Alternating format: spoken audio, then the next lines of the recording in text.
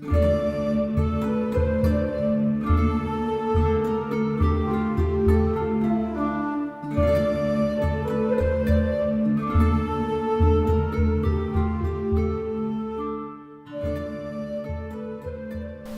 and welcome to this week's one card reading, which is the card of the Storks. So I'm going to let you sit for a moment with this card, have a look at it, find out what stands out to you, and I'll be back in a moment and let you know what the meanings are of that.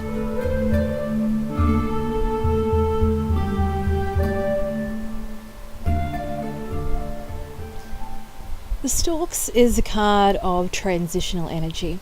So when we have a look at this Gypsy card, that is the key word for it. It's transition. If you're drawn to the clouds up the top, the dark sort of grey clouds, grey is always that colour of unwritten future. It's about possibilities. And that's what that energy is all about. Even though they look dark, they don't have an energy of chaos to them at all. They have an energy of uncertainty, and that can make people feel anxious, but it's not something to feel anxious about. It's kind of like going on a roller coaster sometimes, and you're going up to the peak of it and you're not sure, you have that feeling before going down, it's exciting, but it's sort of nerve-wracking at the same time. And that's what the energy of the grey is. It's that uncertainty, which is, it's a good thing. It's a good thing to have surprises like that in life. And it's very much about writing your own new chapter in your life, and even your own new book in your life.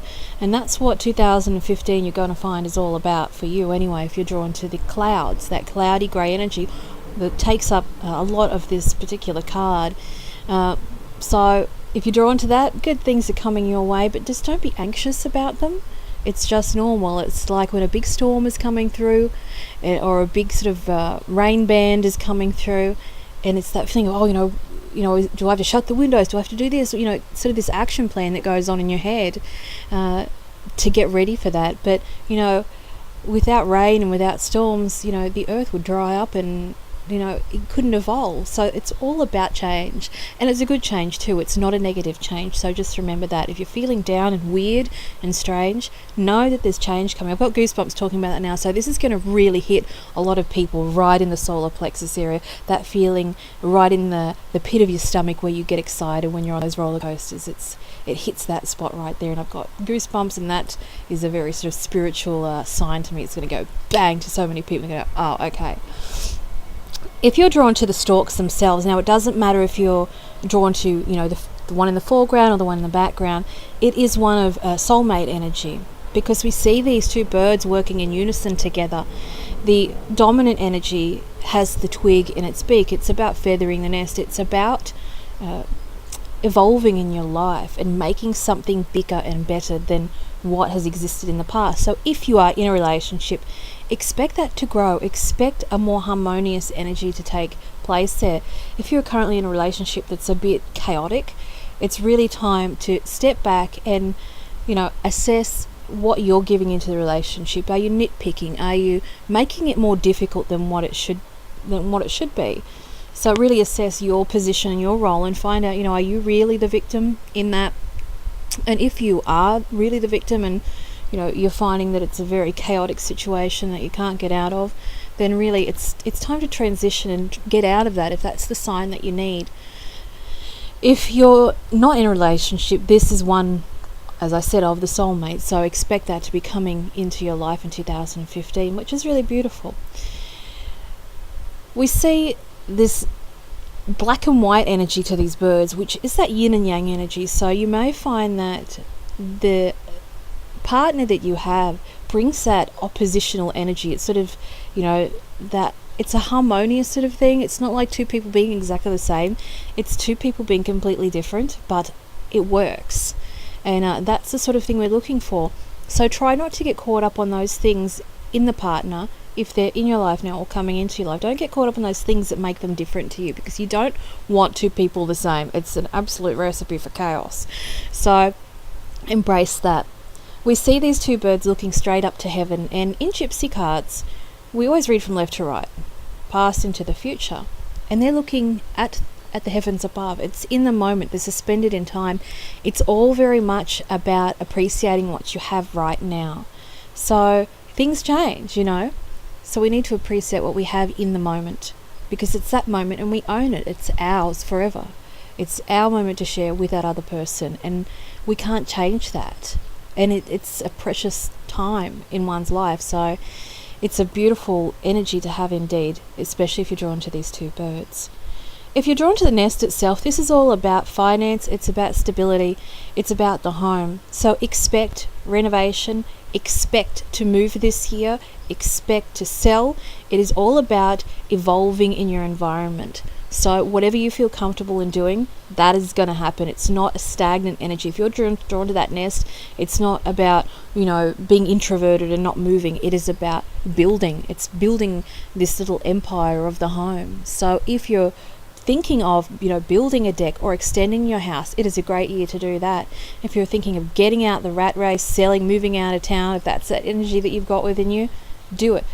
Do what you're pulled to, and don't be fearful about it. As long as it's calculated and sensible, follow your bliss every single time. And that's what the nest is. The nest should be a comfort, beautiful environment where you feel safe and comfortable in. Not about just living with walls around you and a roof over your head. It's not about that. It's about being in that moment of comfort, peace, stability. If you're drawn to the nest, really pay attention to that and have a look at where your life is going. The interesting part about that is I'm wearing grey today, so it's really reflective, and I didn't know which card was going to come up upon drawing today. I sort of go to bed, wake up, draw the card, bang, grey. I was already dressed in grey. It's like, okay, makes sense. So it's all about transition, and it's a beautiful one indeed. If you're drawn to the 17, this is a very, very lucky time in your life over the next 2 months, because 1 and 7 is 8, and numerologically 8 is a great finance number. We spin an 8 on its side. It's a symbol of infinity. So it's that of, perpetual good fortune. As long as you keep welcoming that in, ride that wave that keeps coming in, and then just jump on the next wave that comes in, and the next one. We don't want to jump on a wave, ride it into the shore and go, oh, well, that ride's over. No, we just jump back on again, and we look for the next opportunity and the next opportunity, and keep riding those waves over and over and over again.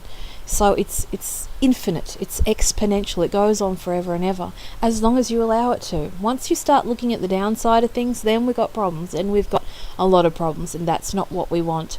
So I'm always a person that promotes being inspired and looking at the positives, and it's not just a feel-good thing. It is because it's law of attraction. It's because the more that you look for in the good things in life, the more comes to you, because you can't, walk around being negative and have great things happen. It just doesn't work that way.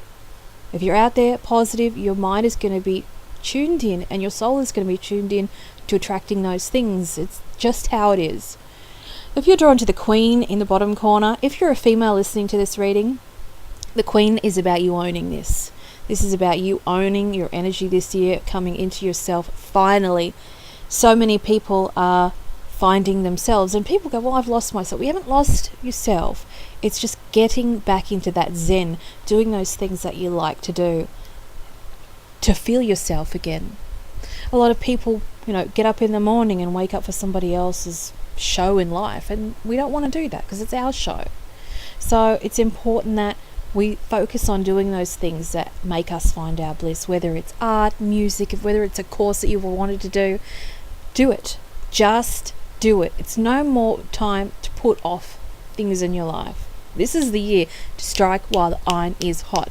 If you're a male and you're reading this right now, listening to this right now, this is about a female energy helping you in your life. So this will be like a mother, a wife, a girlfriend, a friend, helping you find that bliss within you. And they're the sort of stepping stone, or sort of a rope being thrown down and say, come on, look, this is the direction you need to go in. So very much pay attention. Got goosebumps about this, so it's going to hit a few people indeed. You need to pay attention to their advice. That's for sure. If you're a female listening to this reading, I've got even more goosebumps now, and you have a young male in your life, a young teenager, perhaps anywhere from 17 even up to 23, teenager to young adult. This is very much an energy about you helping them, guide them in their life. helping them find their way by suggesting things that you know that they're going to be good at, without being condescending in a way, without being mummy to them. Do you know what I mean? Sort of not going, oh, well, this will be a good idea for you. It's like, you're so good at this, you should do it. Give that confidence thing, not that feather the nest approach with them. You need to really get ballsy about it and say, you would be awesome at this, you should do it. Not treat them like they're incapable of making their own decisions. That's the special key information for a few people out there today. Listen, heed well, it will bode well for them. If you're drawn to the branch, the tree trunk that goes up and splits into two, this is very much about crossroads. So decisions are coming up for you. You can either take one path or the other path. Just do not decide impulsively. Choose intuitively. Choose with that solar plexus area, that place that you know is going to take you on the journey. Don't take the path that's the easiest all the time. Either way, it's going to work out well though, because we see both of those very thick trunk splitting parts, very wide and very strong and very sturdy. So it's going to work out either way quite well, but just do it intuitively, because what's going to happen is you're going to end up in a place of being stable, but not enough.